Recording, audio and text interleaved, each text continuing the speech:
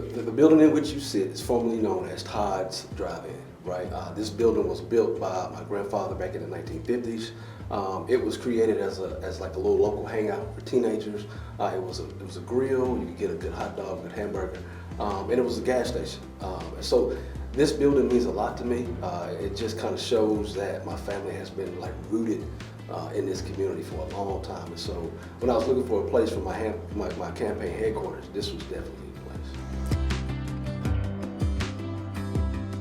If I had a favorite place within the town, it would probably be my home church, which is Zebulon First Baptist Church. It sits at the end of Barbie Street. And when I was growing up, they had this motto. It was called "The Little Church at the End of the Street, trying to do God's will." Right. So I spent a lot of time at Zebulon First Baptist. So if I had to pick a favorite place within Zebulon, it'd be that. So every childhood memory that I have about family, they were all created in Zebulon, right? And so it brings me to the people, right? When I go to the grocery store, when I go to the post office, when I go to just different places around town, I see people that remember me or remember my family, that know me. So the thing I like about Zebulon, it's a small town, it's a growing town, but it's still a place where people remember each other and know each other, neighbors know each other. So that's what I like about Zebulon. I'm a big documentary guy. I like any type of documentary, right? So when I do have some free time, I like to sit and watch a documentary. Also, I got a wife, 4 kids, and we love to travel. Right, we like to go out west, different places. You know, national parks is what we like to try to check off on our list. And I'm also a pastor. I'm a discipleship pastor at Vision RDU in Raleigh. And so I'm pastoring people, I'm traveling, and I'm watching documentaries. If I can get all 3 of those done in a weekend, I'm good.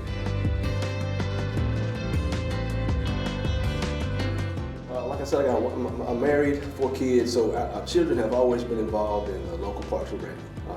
Basketball, football, volleyball, t-ball, soccer, that kind of thing. But the other piece is I was on the Board of Adjustments with the town for a little bit. Also served as Public Works Director. Public Works Operations Manager in Public Works. And then of course, my time as Town Manager.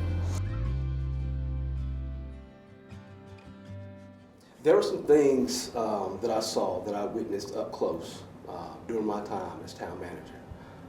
And the things that I saw, it let me know that this town needed leadership, right? It needed leadership that had integrity, it needed leadership that was willing to do the right thing, no matter what it looks like, no matter the cost.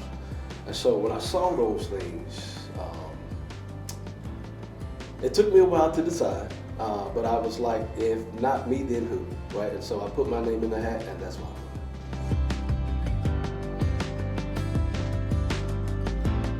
Yeah, so this kind of really goes back to our campaign platform.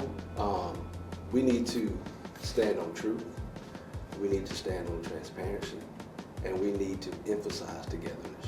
And when I say truth, what that means is, as an elected official and as the next mayor, it is my goal and it is my aim to always point out the truth, right? Even if that paints me in a bad light, like no matter what, whatever the truth is, let's go with the truth and stand on that, right? And when I talk about transparency, when we meet as a board, we're elected by the people. So what that means is whenever we move, whenever we meet, whatever we do, the people have a right to know what we're up to, right? So we shouldn't have anything to hide. Nothing should be done. The only thing that should be done behind closed doors are like closed sessions. And then even with a closed session, after a certain amount of time, those minutes should be made public, right? So the public should know what we're doing, right? That's the transparency piece. The other piece is togetherness, right? If you look at the Board of Commissioners and the mayor and the town manager, assistant town manager, and department heads, they are a leadership community, right? They interact with each other. And so if the community is looking to us to lead them and our community is fractured, how can we lead a town, right? And so as mayor, I will do everything I can to make sure, hey guys, let's talk this out.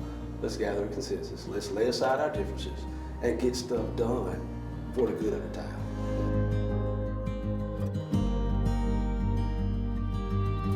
I would make sure I work closely with our planning department, work closely with our town manager, and then also make sure the board is bought into our vision to make sure that Zebulon is a climate for affordable housing. I will make sure that when people look at Zebulon, when they propose developments, they're able to come to our planning department with those diverse types of homes, diverse types of apartments, so that we could reach each person on each income.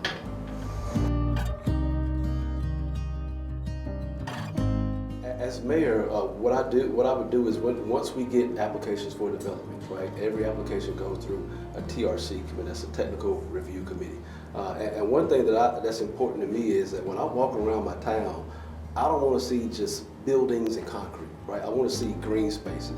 Everybody likes to take a walk in the park, right? Most people don't want to walk in a concrete jungle, right? And so when I'm looking at that, when I'm making sure everybody participates in that TRC, I want to make sure that we are able to look at those plans, but then visualize how those plans, what it will look like when the building is actually done. And right, so if you could envision yourself walking through that development, will there be trees, right? Will there be green spaces for people to have kids, right? They want to go out and have somewhere for their kids to play. And so I think that's important that we not only look at how the development interacts within the structure of the town, but what will it look like once it's constructed. We have some challenges with walkability, right? My son is 12 years old. He loves to ride his bike, right? He wants to ride his bike to our community center, right? He wants to ride his bike to see his friends in Weaver's Pond. The issue is he has to follow alongside some roads where we don't have sidewalk, right? And so we need to look at holistically how walkable is Zebulon. Because the reality is this, when you bring a new development to a town, that development will sit in that town for a certain amount of time, and then DOT does a study on how their roads are being impacted. Right, so in Zebulon, we have several of our main arteries that are Department of Transportation arteries. And so as the town of Zebulon, we don't have the ability to go in and say, hey, we need to widen this street, right? So we have to work closely with DOT and make our voices heard and say, hey guys, we're growing. And so we have to make sure that DOT understands that, hey, this town is calling for this. Right. So, but as a mayor, I have to communicate that to the public, let them know that, hey, I understand the concerns. I know traffic is getting crazy. This is a DOT road. DOT has a study. If I can do my part to just let them know that, hey, it's on the radar. DOT plans to make these changes by this date. I think I've done what I need to do as mayor. So the first thing that I would do as mayor, I work closely with our town manager. And I would call for an outside audit of our financials, right? I want to take a look at the budget. I want to look at our fund balance. I want to make sure that I want to find out where do we stand financially today, right? And then I want to make sure I get with the finance director. Yeah, get with the finance director. Make sure that finance director has a succession plan in place, right? I want some redundancy built in to the finance office, the budget/finance office. I want to make sure that there's redundancy there. Like I said, we're a small town. We've got a finance director that's been in place 20 plus years, right? So at any time, this person, and rightfully so, could retire, right? So what does that mean? Are we still set up for success when this person retires? So keeping that continuity of leadership in the budget department is like vital, right? So those are the two main things that I'm doing.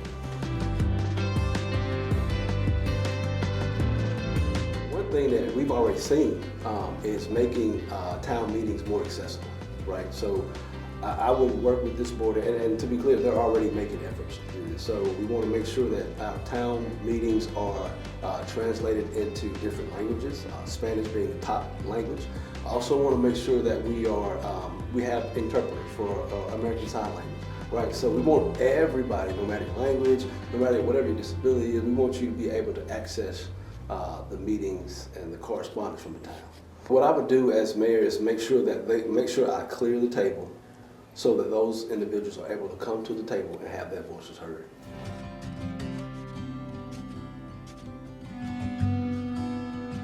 As mayor, I would make sure that people are aware of these resources. I mean, these people put in work every week, and you got things like Meals on Wheels, you got things like I said, the food pantry that distribute these things to different organizations. The other piece is this, right down the street from our town hall is the Eastern Regional Center. That's a Wake County facility. And their sole mission is to make sure that people that are underprivileged have the benefits that they need, and that they are made aware of these nonprofits that they can go and get the stuff that they need. So I would make people aware, hey, these opportunities exist, these resources are here, here's where you need to go. So the thing that I'm hearing the most is we need a change in our leadership, right? People have a big distrust in local government right now. And so, and everybody's saying, we got to do something. Something has to change. I want to be that change that Zebulon has.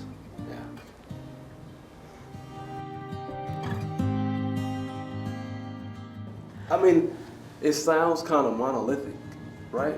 But we need leadership with ethics, integrity. Like really, that's really the only reason I'm running. Like I want to be a mayor where people can look at me and say, hey, you know what? I know he's trying to do the right thing. Right. That's really it. Just even in this race alone, up to this day, I've seen that people can start out with good intentions, right? And then they taste the sense of power and authority. And then what they were running on kind of morphs into, well, I just want to. As mayor, what I want to have the opportunity to do is do what I'm doing today. I'll be able to have conversations with people and say, hey, don't forget why you decided to run, right? You were elected by the people. You told the people you do this, and you do that. And so as a person of your word, you need to do everything in your power to do what you said you would do. Stay true to what made you want to run, and don't compromise. Yeah, that's what I would do as mayor. I'd use my authority and use the influence to just pull people to the side and have a conversation and say, hey guys, we're elected by the people and they're trusting us to do the right thing, so let's do that.